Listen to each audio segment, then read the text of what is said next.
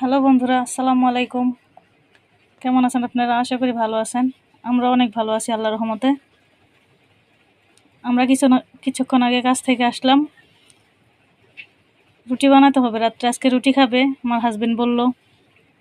এখন আমার শরীরটা একটু দুর্বল লাগছিল, তাই বলছিলাম যে আমি রুটি বানিয়ে দিই, তুমি একটু ভেজে দাও। এই দেখেন আমার হাজবেন্ড রুটিগুলো ভেজে দিচ্ছে, আমি রুটি বানিয়ে দিয়েছি। আর রুটির সাথে আজকে সেমাই রান্না করেছি। সেমাই দিয়ে রুটি দিয়ে আজকে খাওয়া হবে রাত্রে। আর সকালের একটু তরকারি আছে, দেখতে পাচ্ছেন কড়াইতে। আমার হাজবেন্ড কিন্তু রুটিগুলো খুব সুন্দর করে ভেজে দিচ্ছে, আপনাদের দেখাচ্ছি।